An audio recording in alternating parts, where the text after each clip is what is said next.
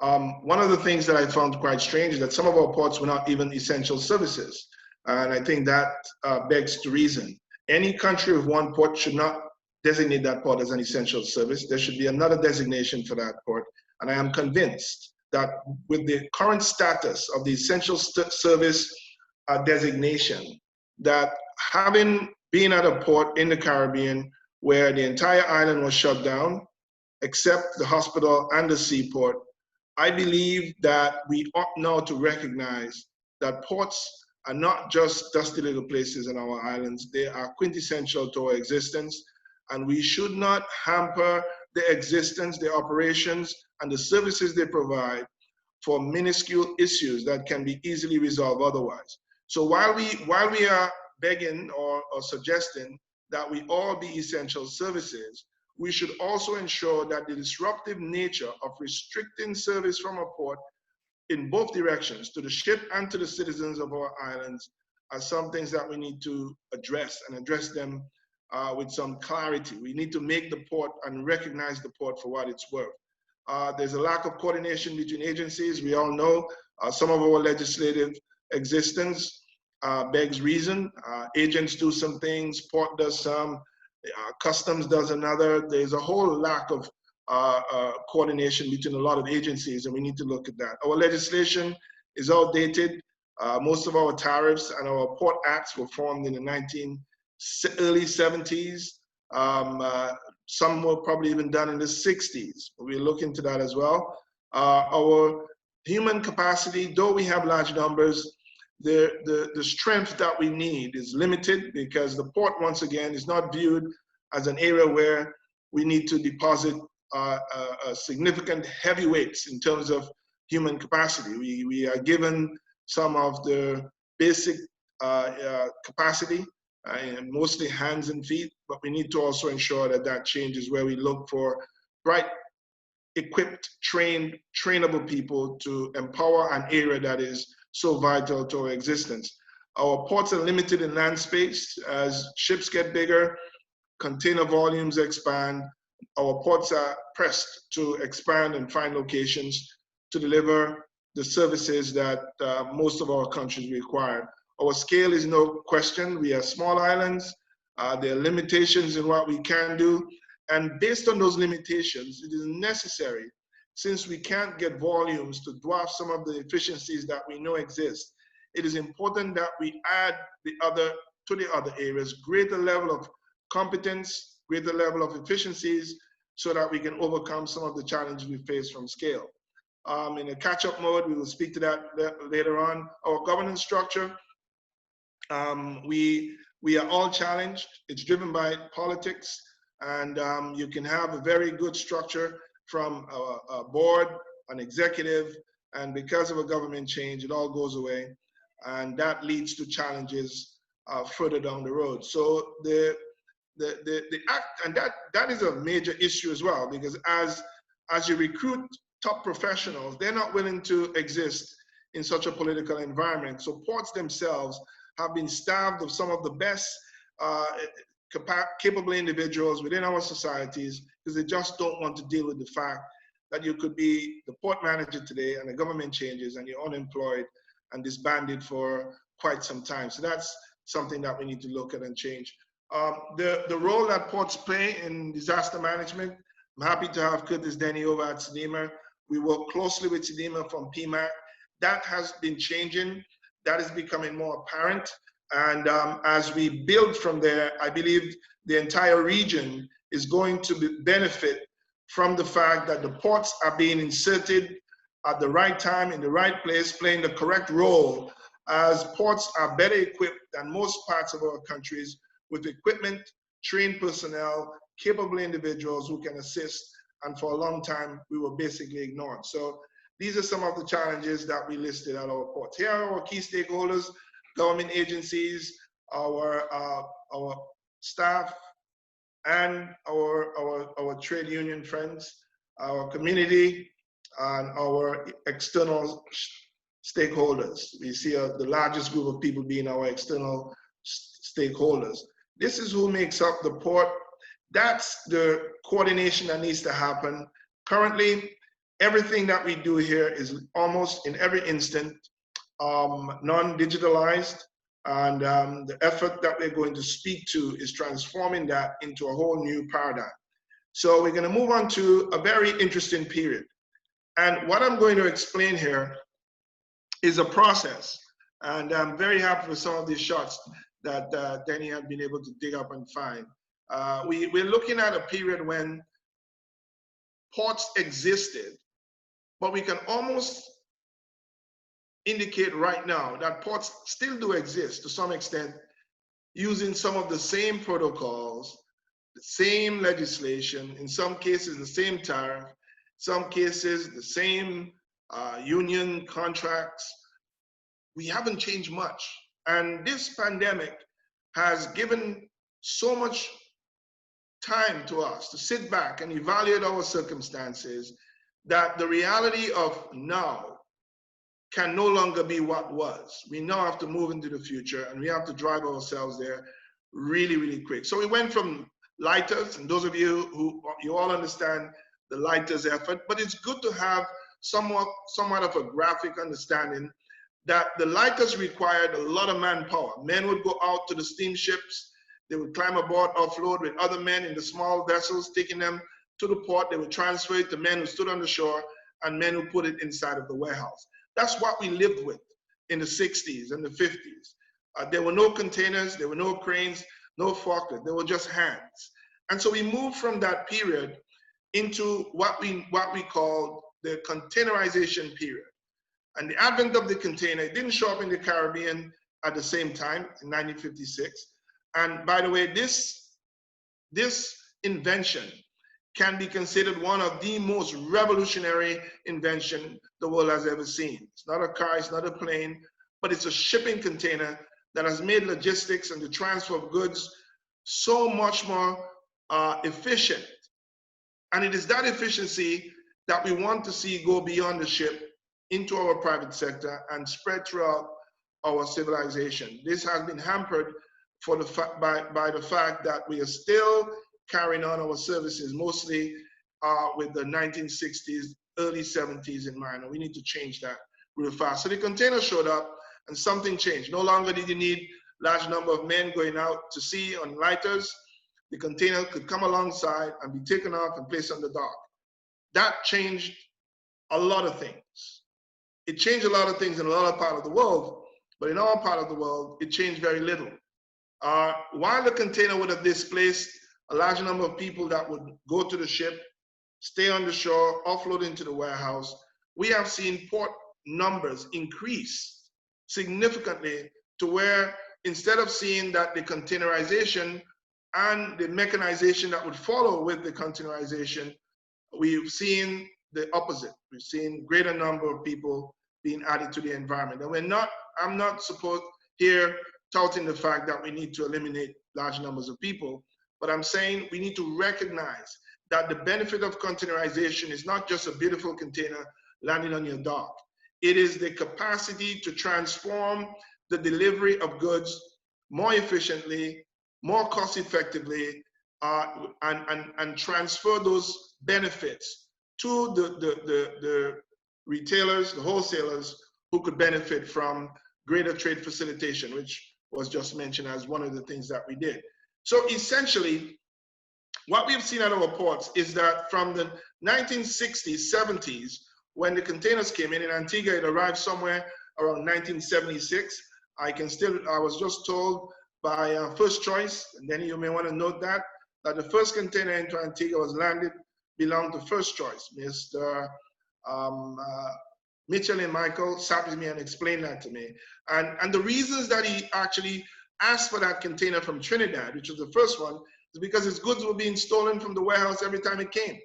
And so because he didn't want to lose his confectionaries, he asked them to containerize it the first time it did. So it's strange that the same issue that exists today at our ports to some degree existed way back then. How much things haven't changed. But having brought in the container, we still have left most things in place. And the effects and advantages of containerization have yet to permeate its way from the ship into the private sector. So we've seen with containerization a whole number of things change. The vessel size, the vessel quality, the capacity of the vessel, how nimble the vessel is, all of these things have emerged.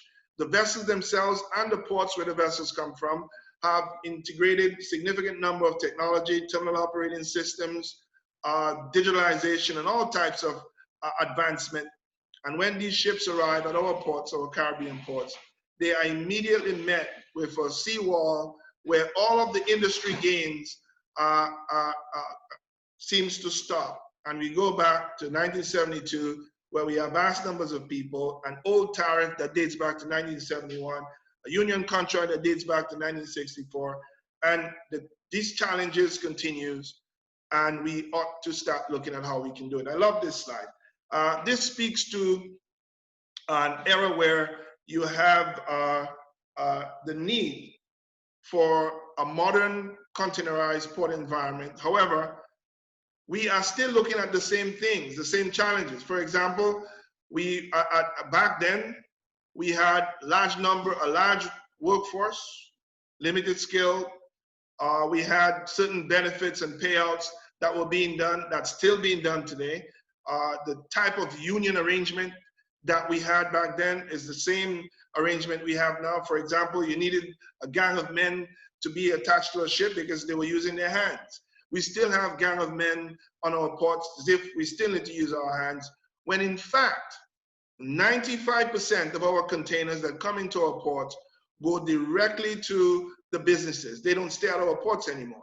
So there has been a complete shift in terms of the port operations, yet the structure remains the same, and the structure continues to take away all the industry gains.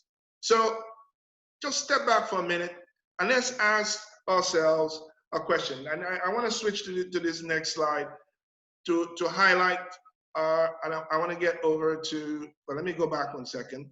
Let me stay here for a while. If, for example, you would ask yourself, how has this impacted transport and shipping in the Caribbean? Well, you would first have to ask yourself, what has happened in the last 20 years? 20 years ago, you could count upwards of 19 ships that were traversing various parts of the Caribbean, from Hyde Shipping to Thompson Lines, to Kent Lines, to Tech Marine Lines, to Kajima, to Banuf Lines. You can call their names and you can keep going. Sea freights, all types of ships were going around the Caribbean. And in 2020, January, there were 5 ships doing that same trip. Why have these ships left? Why are owners of ships not feeling enthused to continue to do business in an environment where the need exists? It will never go away. We are archipelagic states, we're surrounded by water. We don't have any rails or bridges to join us. Therefore, marine transport is essential to our existence. Why are they disappearing when in fact, back in the 70s, you had less cargo than you have now? So you have more cargo, you have high rates or higher rates even now. You can even say now fuel prices are a little lower, although sometimes that's not a fact. But essentially the key ingredients, which is demand and the space exists for this business to flourish, yet all we see in the region are shipping lines disappearing. Well, we started looking at this and recognized that without modern port facilities, without modern port environments, the lines can't survive. Now, I can give you a very good example of that. It's not a marine transport, but it's Liat. Liat has died because of the same realities. You're going to every single port in the Caribbean with all these high costs, and by the time you pay all the landing costs and all the ports costs at every location, Liat had no money to exist. Shipping lines are moving from Trinidad to Grenada, St. Vincent, St. Lucia, Martinique, Dominica, Guadeloupe, Antigua, and every port they get a different type of tariff, different type of structure, and by the time they've paid all these fees, they're suffering, they're dying.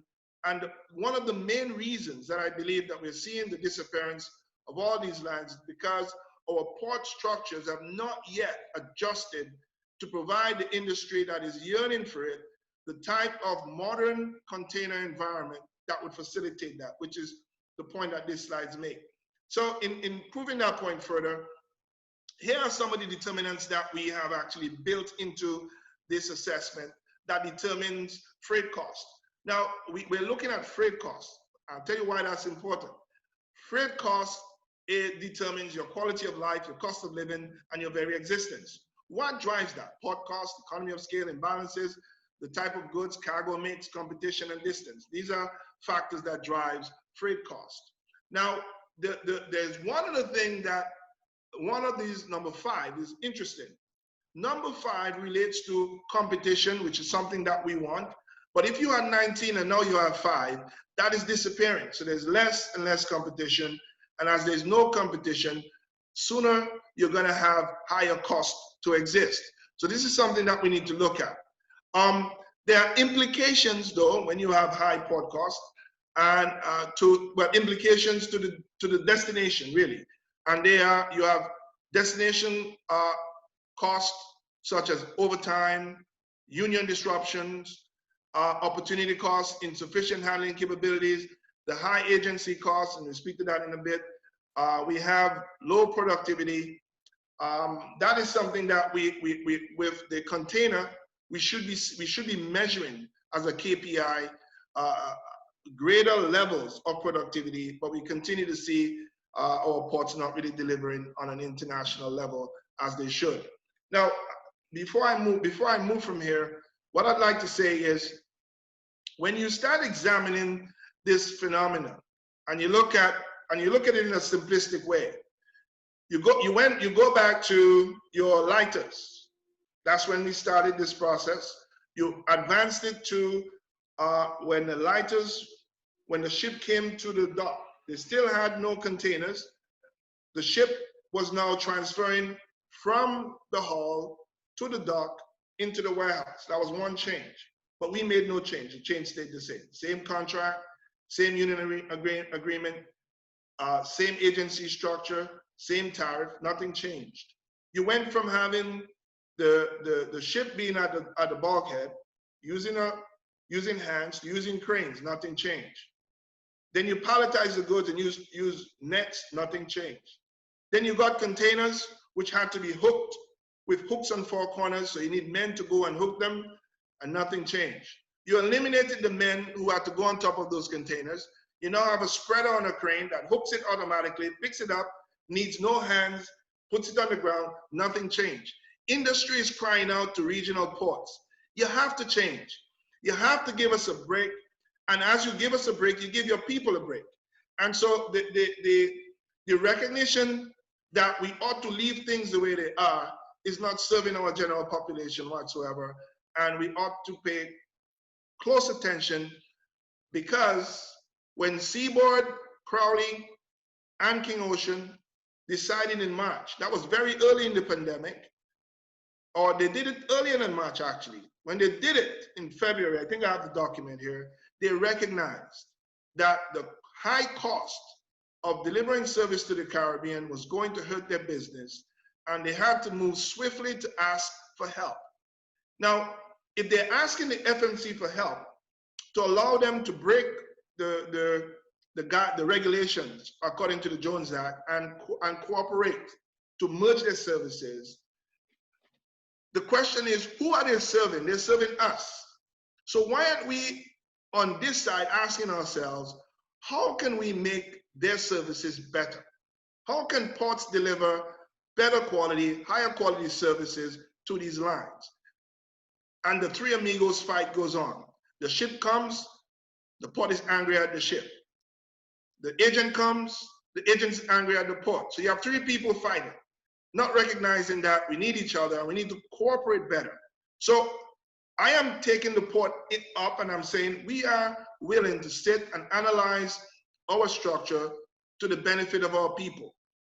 Because if we don't, we will end up with a scenario like what is going on right now, where Suriname went from quite a few shipping lines to 1. And when you have 1 line, you go from 6 days to 14 days. That is no good. Your quality of life and cost of living just changed. It's not something that we need to do. In that same vein, I would beg to say that the focus in the region has been so solely focused on crews and the fact that they're not there, that you beg to reason, do we understand which one is more vital. Because if you ask the governments of CARICOM, have you called the 5 remaining shipping lines and find out what is their bill of health? Are they doing okay? The answer is none. They've never done it. They've not even thought of doing it.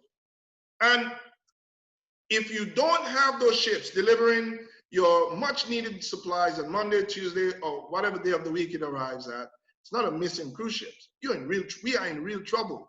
So addressing our archaic structure is absolutely necessary, because we are now looking at the drivers in the Caribbean, and I've listed them here. I won't go through all of them. You can read them.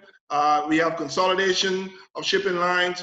We have all of them. Increased focus on port efficiency, government policy, all of these factors here are elements that we need to look at, that if we address these situations here, we would quickly see the need to make the adjustments at our port and to create a whole new paradigm. So here is the threat. There's an alliance, it's here. Seaboard, Crowley, King Ocean have merged. The FMC has passed it. They're doing that in Trinidad and the south part of the Caribbean. Immediately that means, one, loss of revenue for the port, loss of revenue for the agency as well. We now have limited options, shipping options, potentially less competition, meaning freight rates are gonna go up. The fact that you missed out 1 or 2 shipping lines that would come to your port, you still have the same number of people. So you have a labor redundancy issue and you have an idle asset challenge that is going to show up. Now we can't stop ships from leaving, but Leah just left. We didn't respond and it left. We are so consumed with Leah, but there is a brewing storm. Tropical just canceled their Wednesday sailing from Palm Beach because they're hurting. Crowley just sent home almost 300 people because they're hurting. King Ocean is hurting, Seaboard is hurting. Who is saying a word to these lines? Who is asking them, how can we help? This here represents one of the grave dangers to our existence in the Caribbean. And our proposed reform is bent on a few things. We need to digitalize our port. We need to move away from the old structure and put a brand new system in place. One, and I read an article done by Pascal, and we all know Pascal, beautiful article, and he's speaking about the need to digitalize our port infrastructure in the region. And I agree with him 100%, something that we need to do. As a matter of fact, I can report to you here that after a number of tests in Antigua, we have successfully concluded a test of our maritime single window, meaning that we have electronically cleared a vessel where customs was able to go online and do it, immigration was able to go online and do it, the port went online and do it, port health did it online as well. The full gamut required to clear a vessel 2.5 miles out at sea has been achieved here in Antigua. We're going to test it again a few times, and we're going to go ahead and implement that technology fully. However, there are challenges to that as well, because that's just one part of the digital platform. Our interface between the vessel and the port ought to be matching or coming close to matching what the industry is bringing into the port. So we need to digitalize that platform. We also need to ensure that our customers can have that interface where we could extend visibility to the marketplace, back up to the owners, wherever they are, of the containers and the shipping lines. The technology exists. We should be able to transform our business to that and move away from that archaic structure that we have. We need to restructure our port cost. Port cost is a challenge. Every one of our islands are under significant pressure to address this issue. Do we raise tariffs? Do we reduce tariffs? None of us are talking about reducing tariffs. As a matter of fact, we'd probably get fired if we went to your board and say, I want to reduce my tariff. It's not something that's going to happen. However, let's just think about some of the things we do. Think about back to the same, from the lighter days to now. If you have not changed your structure, something's wrong, because if that same old port tariff structure is what we have in place, something is probably amiss with that, and we ought to look at how we can address that. To give you a quick example, in Antigua, we have a situation where back then when we had lighters, the agents controlled all of the labor. And so since they control labor, they were able to build the ships directly. In 2020, when the port has advanced its tariff, they're still doing that. Agents are still building the ship, the same thing, same amount. They don't have the same labor force, but we've never made any changes. And yesterday I made that presentation to the government of Antigua to make that change. And today I have to hide in my office because the agents are looking to find me to throw me off a cliff. But that's neither here nor there. The reality is, how can we say that 1969 is where we ought to be in 2020? What future are we giving to our children if that's what we, and this affects our total existence. No sector is immune from the impact of the port. No business can run away from it. Therefore, the quickest way in a post-COVID environment to advance the realities of a better quality of life for our citizens is to address this issue at our port, where we rationalize in a real way, real value for services rendered and what is paid for it. We need to invest in our ports. One of the challenges we have going forward is that all of our ports were breakbulk ports. So the port layout is not conducive to containerization. Antigua is unique in that perspective in the region because we are building the first container terminal in the Eastern Caribbean, fully containerized, no warehouse in that area, just containers. It's going to be 6 times the size of what we have, so we're going to have a lot more space, and that infrastructure we hope can certainly deliver a greater level of efficiency to the ship. However, if the concrete that we put in, and we put in $90 million worth of it, is met with the 1969 port structure, we would have lost the reason for investment. It would be a sad day. And it is necessary for us to, it's a tough thing to think about, but we ought not to have any sacred cows. Deal with the reality. 2020, at a time when lines are disappearing, requires us to say, soul search, take a deep look. How can we make things better? And I think we're giving some of those areas in this presentation. We need to improve the quality of a human resource.